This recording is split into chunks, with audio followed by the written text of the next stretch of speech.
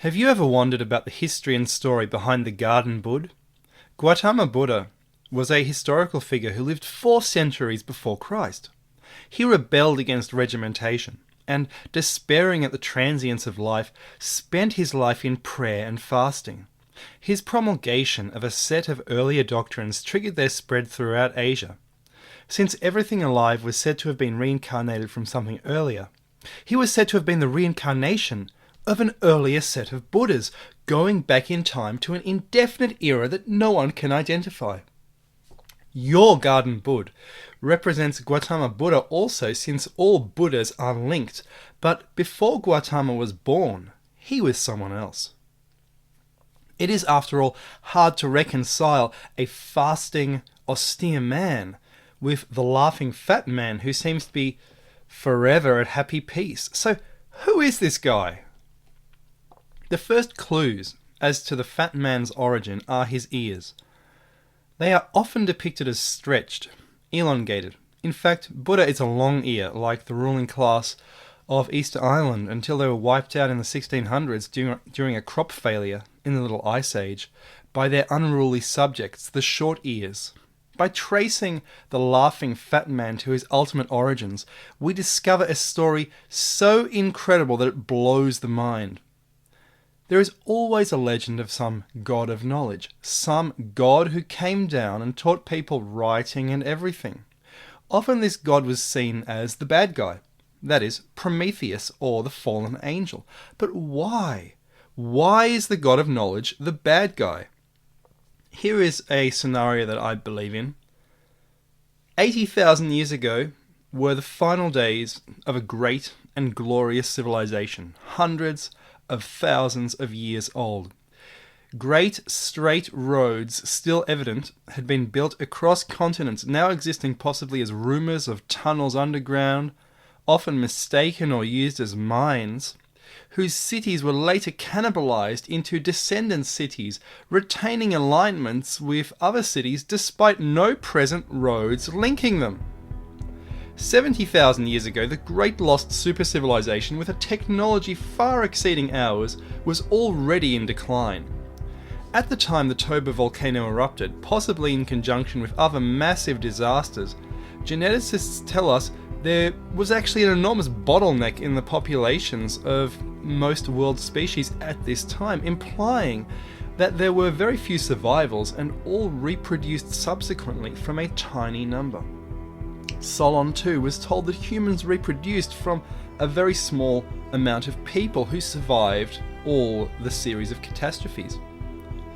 Be this as it may, the eruption or any catastrophe would have affected one side of the Earth disproportionately compared to the other side of the planet.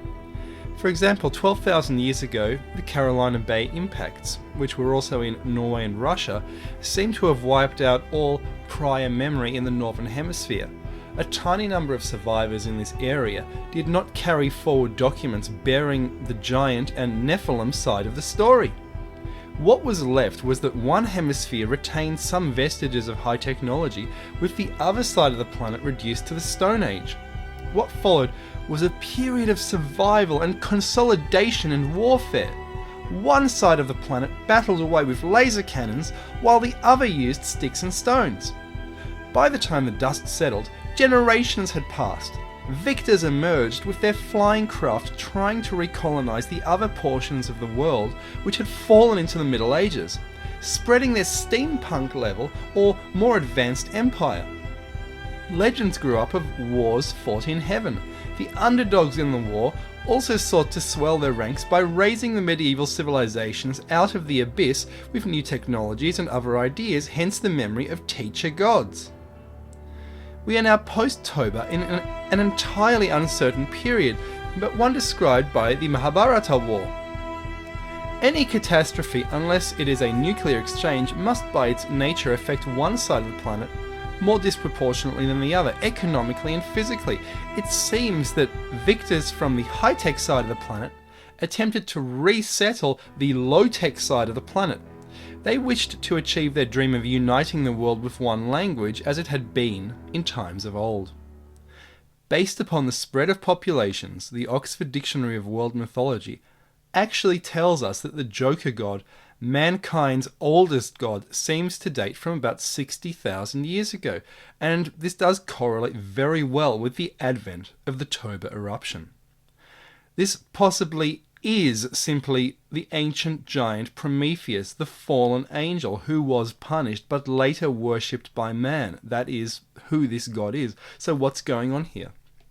Look at the Zbruk idol for another picture of Budh, a wide-head giant.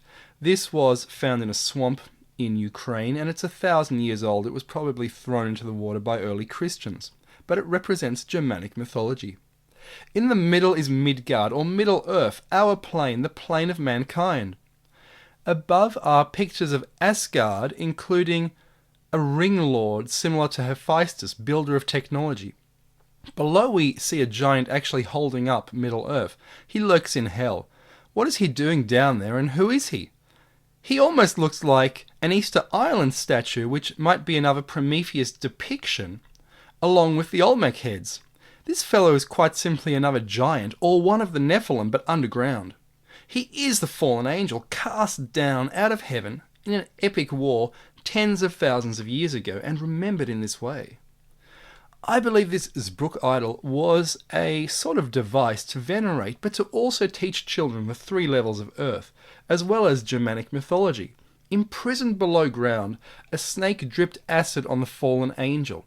This acid was captured in a bucket by his wife, but he writhed in pain when she had to go and empty the bucket. The parents could have used this as a teaching device and would have pointed out that as acid dripped on Loki, who is the name of this fallen angel in this case, would writhe around and cause earthquakes. Meanwhile, the archaeologists say the whole thing is just another idol called Svetavid, which actually explains very little. But what is it all about? They seem to have been remembering a scientific event from eons earlier, high technology. This character down here could be Budh or could be Loki. In fact, Budh or Loki is represented as about half the height of the gods in heaven. As you can see, in the Bible we know there are giants and then Nephilim, which are demigods or half-gods.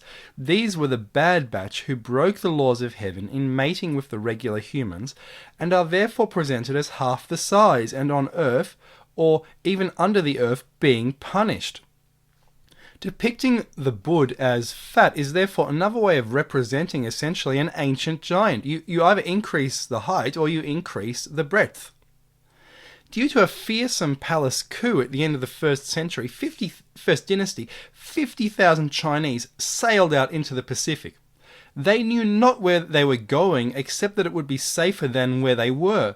Those who made it to Mexico combined with the natives to found a new civilization, the Olmecs, and also another civilization called Chavindahuantor, taking much Chinese culture with them, a similar number system still appearing on the Korean flag, which was later handed to the Maya.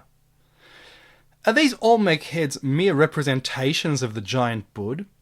How about the statues of Easter Island? Perhaps more of the same? An exhortation of sympathetic magic demanding the reappearance of the primordial creator god. They carried with them, possibly for good luck, a representation of the memory of the ancient giant who at one time helped mankind. Budh, Odin, one and the same, but their roles are confused. In fact, the stories of each god seem to intermingle somewhat and even differ. At the end of the day, the names, which vary from tribe to tribe, do not matter as much as the stories behind them, which are primordial and relate to a time beyond imagination. They were passed on from generation to generation even after the original context was lost, because they were thought to be too important to be lost forever. They are the abbreviated versions of much longer tales, some of which are found in the Indian Mahabharata, an extraordinary text, unbelievable as it is a survival of ancient times from a technological era.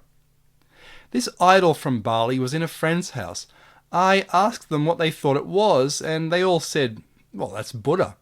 I pointed out that he is sleeping and content. He's sort of like a sleeping giant, and even sits beneath a kind of pyramid. There was a recurring legend that King Arthur as well as Barbarossa are asleep underground, waiting for their people's direst need to awaken. Is this when the ancient god was thought to have returned, bearing superior technology, lend-lease technologies to subject peoples who were used as pawns in ancient battles? The Egyptians held that their artificer, Hephaestus, god of technology, was their first god, implying already technological gods, or basically humans or giants, landed in Egypt or elsewhere from another part of the planet, or ultimately elsewhere, an outer space colony. This is from the Egyptians themselves. Their history, their mythology tells us that their first god was technological. Later, nuclear war or even another catastrophe devastated the advanced side of the planet. An inferno, leaving only relics of technology and godlike kings on the primitive side of the planet to rebuild. Hence the legends of gods coming down from heaven. They were really coming to colonize, to expand their own empires, mating with women, having left their own women at home, possibly even having become marooned. I call the giant era the time of 120,000 to 60,000 BC. Then we have the Toba eruption, and after that, until the great catastrophe of 12,000 BC, is perhaps the era of the Nephilim. These Nephilim who wandered around the planet, survivors of a once mighty people, were finally wiped out by the Carolina impacts and other events which we do not know about. Humans landed in places such as Egypt and they lived here. The extraordinary stones of Baalbek and the Giza buried temples may have been hewn in this time, the era before the great catastrophe of 12,000 BC. The worldwide Nephilim Empire used geopolymer and advanced cutting technologies. Over time, as they were separated, technologies varied, but they continued to share with each other. Eventually, the distinction between Nephilim and regular human was lost. Worldwide trade broke down and people forgot their international connections after periods of long dark ages and further cataclysm. Is this what happened? How innocent are you, Garden Budh?